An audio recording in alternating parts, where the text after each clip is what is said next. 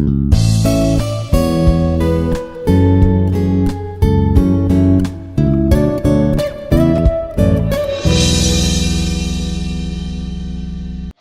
everyone, this is Dr. Abdul Pasha, Assistant Professor, Institute of Aeronautical Engineering from Department of Electrical and Electronics Engineering.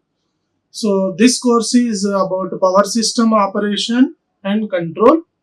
So in this course, we are discussing about short-term hydrothermal scheduling process. So what is this short-term hydrothermal scheduling process? The earlier lecture we learnt regarding long-range and short-range thermal scheduling processes. So here it will give the entire information regarding short-term hydrothermal scheduling processes. So coming to short-term hydrothermal scheduling process. So short-term hydrothermal scheduling problem consists of fixed head and a variable head. Fixed head and a variable head. So both the heads it contains two heads. One is a fixed head. Second one is variable head. Fixed head and a variable head. So if the hydroelectric power plant has a reservoir with high capacity and a head of the reservoir is assumed to be fixed, it is called as fixed. That means how can we say that if it is the reservoir having the more capacity? For example, the reservoir contains the level of the water. This is the water level, the reservoir. This is the inflow coming into the reservoir. So this is the reservoir. So here it will be treated as a water head. So here it is mentioning that hydroelectric power plant has a reservoir with high capacity and head of the reservoir is fixed. Head of the reservoir is fixed and high capacity. It is called as fixed head hydrothermal generation. And this will discuss about regarding short-term hydrothermal scheduling process. So this is having high capacity and head also fixed here. This head also fixed in range. So coming to short-term hydrothermal scheduling process, the short-term hydrothermal scheduling is a type of economic dispatch problem. This will happen instantly. The short-term hydrothermal process will happen instantly. That means this is a type of economic dispatch problem in which thermal power plants are dispatched at the optimized operating case. So this will be ready to the point to reduce the fuel cost and to achieve in parallel to the maximum cost benefit from idle power plants. So this is the reason the short-term hydropower station is going to be considered for a instant of the time case. So coming to the hydrothermal scheduling process, it is an optimization problem in which the dispatch of idle and thermal plants is accomplished to ensure that the fuel cost for thermal power plants are going to be minimized.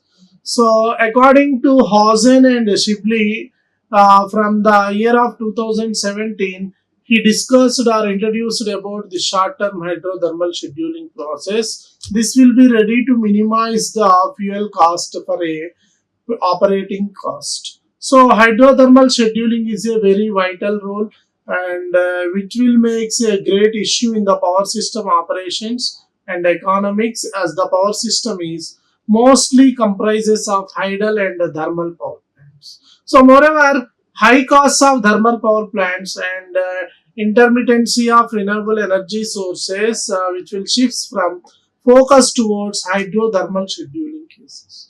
So these are the things discussed by one of the Tahir and Padmini in the year of 15 and 19, whichever published. So for the short-term scheduling problem, The capacity of hydro unit, the electrical load, hydraulic inflows at starting, discharging limits of a reservoir, and the reservoir volumes at the starting and ending have to be known. So, the functioning of a hydroelectric power system is based on the stability between thermally generated power, hydroelectrically generated power, and the electrical load. So, in between these, it is going to be taken place.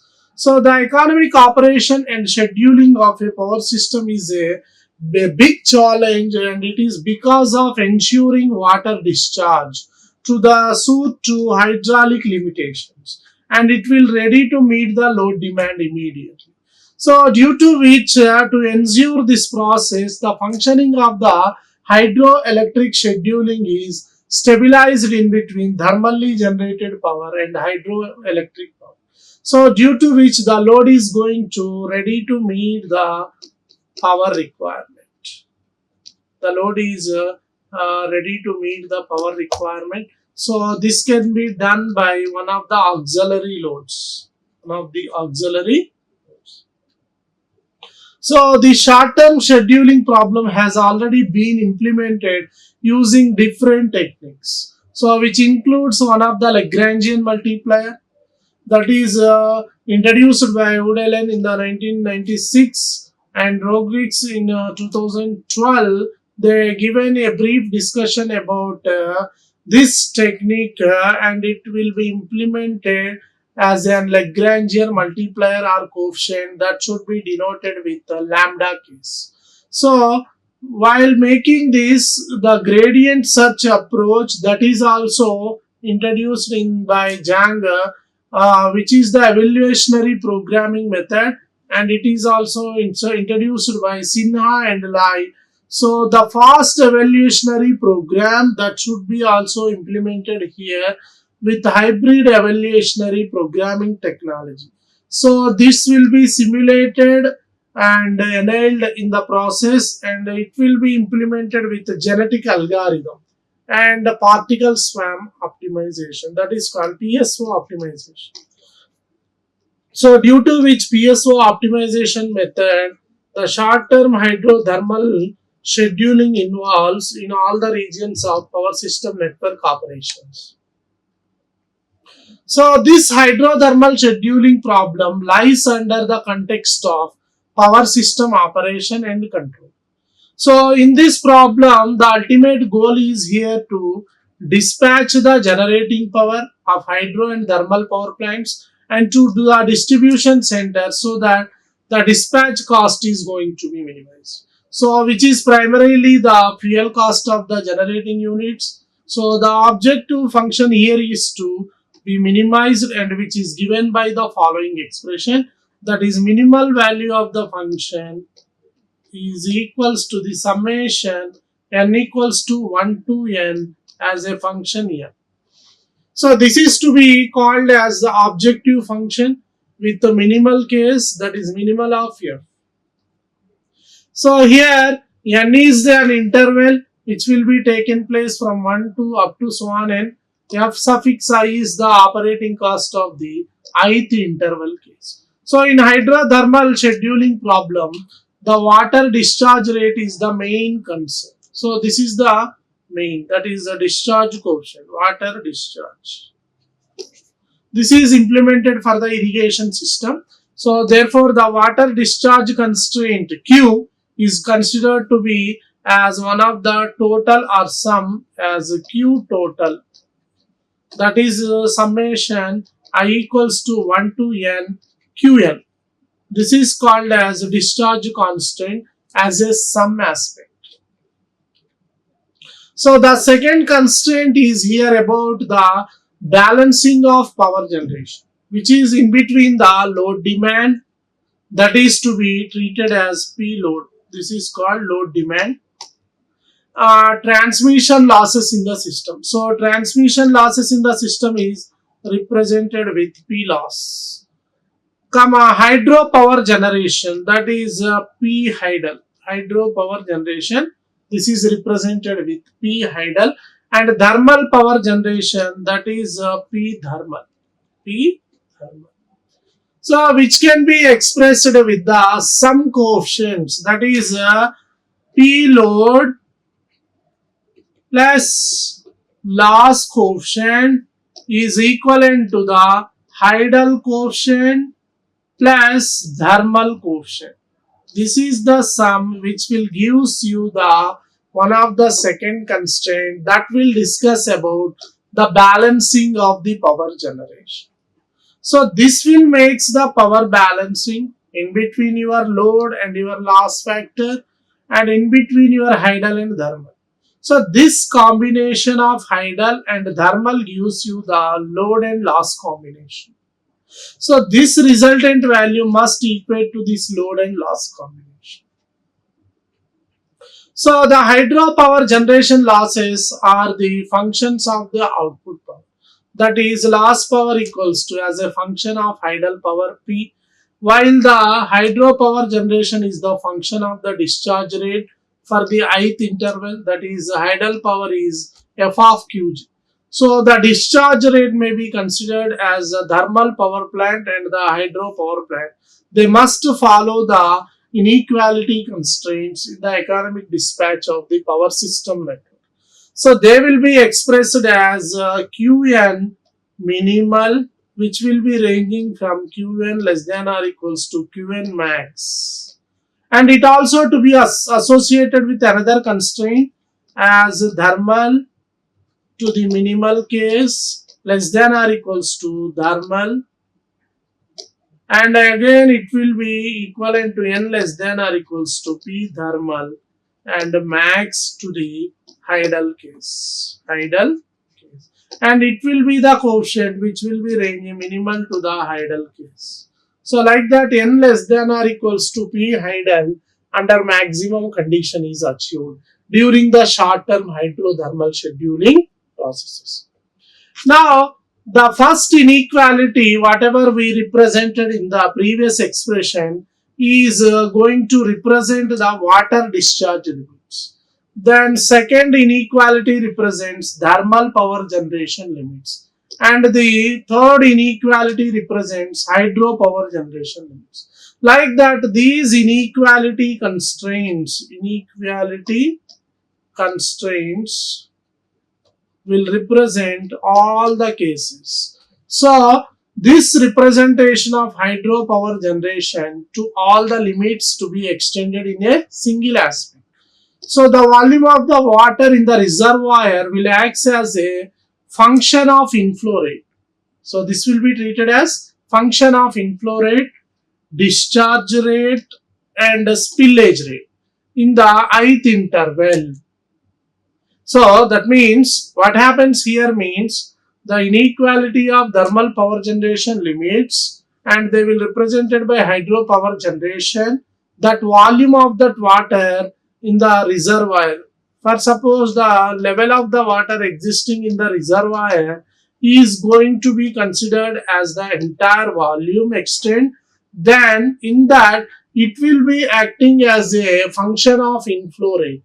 So that means a discharge rate D and spillage rate S in their internal will be treated with one of the variable parameters, that is Vn equals to Vn minus 1, which is equals to Rn minus Qn minus Sn, where Vn minimum less than Vn less than of Vn with max is considered. So with this flow rate, we are going to consider the inequality constraints in short-term hydrothermal scheduling processes. Here, Vi, Ri, Qi and Si will represent the inflow rate, discharge rate and spillage rate, where Vi is the inflow rate, Vi will be the inflow rate, Ri is the discharge rate and Qi is the spillage rate. So these are the coefficients we are going to represent in the ith interval. So the main here aim is to minimize the generation cost. The main aim is here to minimize the generation cost of hydrothermal power plants. This will be along with the fulfillment of hydro and thermal generating units. This can be fulfilled by with the hydro and thermal generating unit constraints as we discussed earlier. So with this coefficient, we can extend this hydrothermal scheduling process to the next level of variables. So the next level of variables may be extended to the ith element. For respective variable, the ith element is considered means the element may extend to the infinite case. So here short-term hydrothermal scheduling is essential optimization problem. This may be considered in operation of the competitive power system networks. So nowadays the power system networks have their world with the maximum number of load demand is ready to occupy to the entire power system network generation. So according to that, this short-term hydrothermal scheduling involves the hour-by-hour scheduling process of all hydro and thermal generations that ready to meet the load demands considering the several hydraulic and thermal power plants.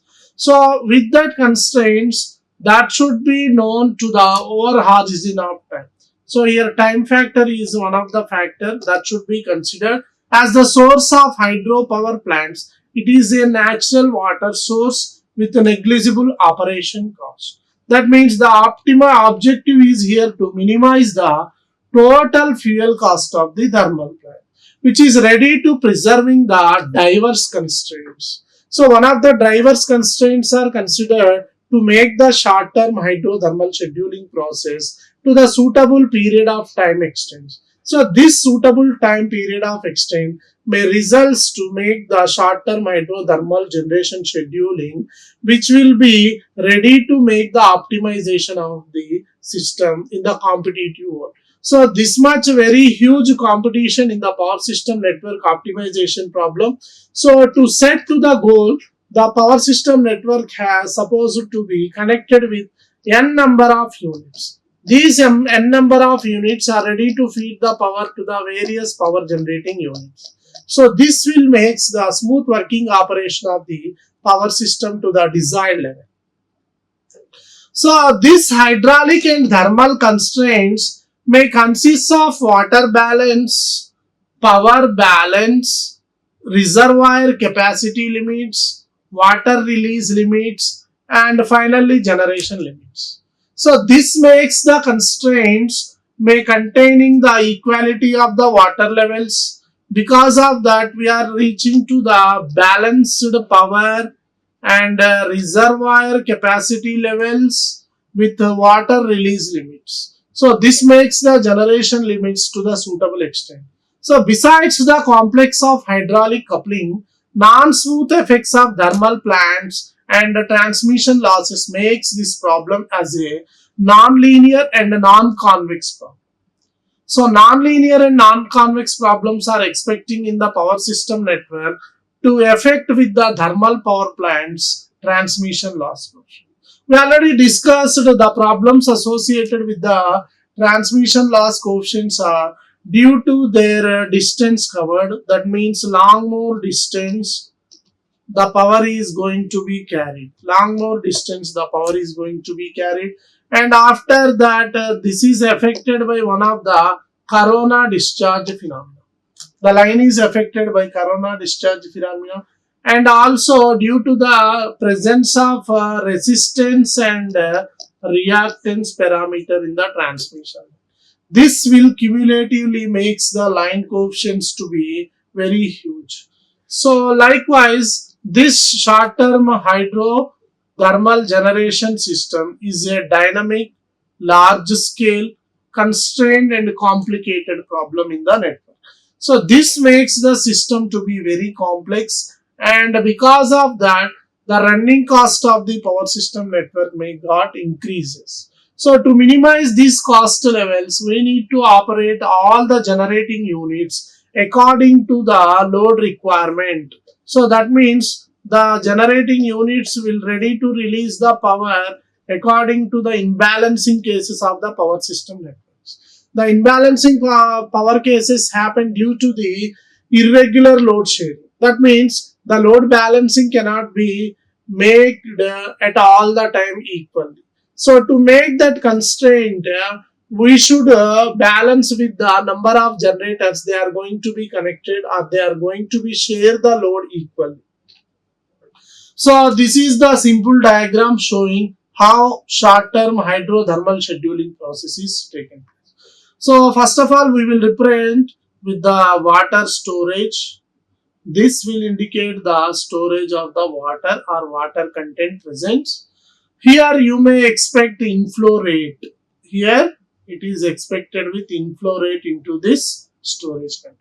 This storage content is occupied by the inflow.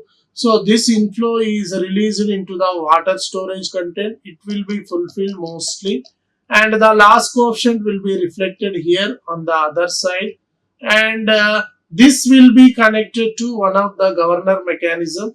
So this is going to represented with the spillages. So this spillages is connected or tied to the water storage again, and this will ready to occupy the position of the water discharge coefficient.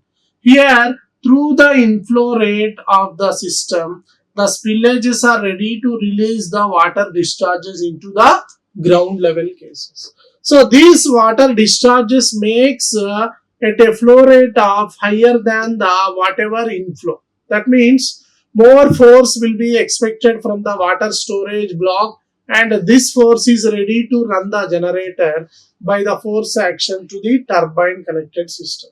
So here this mechanism is connected here by the load, and this is occupied by one of another mechanism. So two more water storage containers with two mechanisms that should ready to feed the load. So by this way, whatever the amount of inflow rate coming into the water storage block is released by spillways, and that spillways again taken at the blocks of water storage, and this will ready to occupy the positions of the inflow rates, and that water discharge is going to be takes place. The amount of force applied from this water storage block is more that should be collected under the water discharge block. So here the load containing here will be connected to this block easily.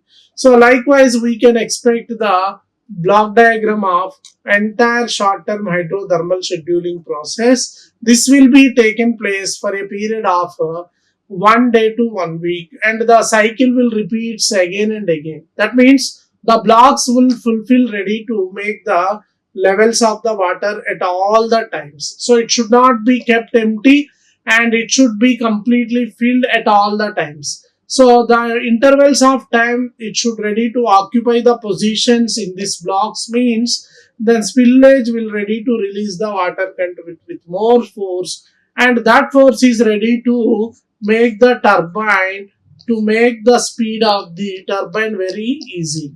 So due to which the turbine connected to the generator set is ready to make the speed of the system to be heavy. So likewise it will ready to generate the power to an instant of period of time. Likewise it will be operated. Coming to the flowchart representation, how scheduling process is going to be takes place. First we will start with the enter under study system parameters. First we have the system. That system contains some constraints. The system contains some constraints. We need to make study of these constraints. Study of the constraints. That is a procedure started. Enter under study system parameters. Next, it is the case of enter initial parameters of BFM PSO method. So due to which this method initial parameters are introduced mostly. So load forecast data and determination of master and units are considered. So with this, determining the dimensions of the bacteria and initialization of the bacteria is going to be considered. So this with the hydro system data, by utilizing this hydro system data, we need to run the method of BFPSO. Here we need to run the method of BFPSO method on the master problem by considering its constraints. So due to which we have to run a AC constraint subproblem. So AC constraint subproblem is considered here. This will ready to run three stages of the master problems. This will ready to run the three stages of the master problem, and which will ready to update delta for each part of the bacteria. So here delta is going to be updated for each part of the bacteria. It is connected to the system called S position. Then it will ready to run the three stages of the master problem. When this problem is updated for each of the delta case, we will run three stages of the master. And is there any violation in this system data? It should not be accepted, and if it is not possible, then we have to go with the print final result. That will be the commitment state and the power production of the units. So if at all this is not accepting here, then print final result of the commitment state and power production of the units are going to be considered. So if at all this is accepting without any violation, we need to make the three stages of the master problem running the data. If it is accepting here itself, load forecast data and determination of master and units, then you need to calculate dimensions of the bacteria and initialization of the bacteria. So with these all constraints, we need to make the flowchart representation. If at all it is accepting to the suitable levels, then it is going for another step. If at all this is accepting, means we have to print the final data as a commitment state and a power production of units. This block is connected to run the three stages of the master problem. When this is not going to be accepted, when it is runs with the three stages of the master data, then you need to go for run the AC constraint sub problem. When we are running sub constraint of the AC problem, then automatically the system will generate the suitable information. According to that, it will ready to execute the contents of the system. So like that, we can make the system constraints to be suitable to the extent level. So by which we can make the study of the system parameters. It may be equality in nature, or it may be inequality in nature. So this equality and inequality constraints are considered to make the system to be stable under the constraints of the system. So with these parameters, the running of the system position under various load conditions does not violate the rules of the system, which will be drawn for the flowchart, and that controlling mechanisms should be ready to accept the limits, and it should ready to print the information to the suitable constraints. That means the methods which are forecasted here should not violate the conditions whatever we specified at the initial stages of the flowchart that we drawn for the power system network operation. So according to this, the short-term hydrothermal scheduling process can update the information at the extent level with the parameters with the necessary regulatory constraints. And in recent years, the stochastic optimization methods like simulated annealing and genetic algorithms have been introduced. This gives much attention by power engineers, and due to which their ability to seek for the global optimal solution, which gives complete solution to this problem.